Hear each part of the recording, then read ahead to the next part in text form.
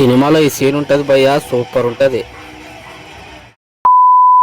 Hi friends, నేను మీ స్వామి. ఈరోజు నేను మా తమ్ముడైతే కాంతారా మూవీకి అయితే వచ్చామన్నమాట.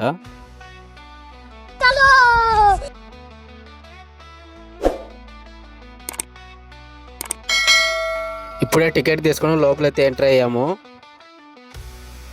సినిమా ఎంత పెద్ద హిట్ అయిందో అందరికీ తెలుసు. మేమే లేట్గా వెళ్ళామన్నమాట, అందుకే జనాలు ఎవరు లేరు.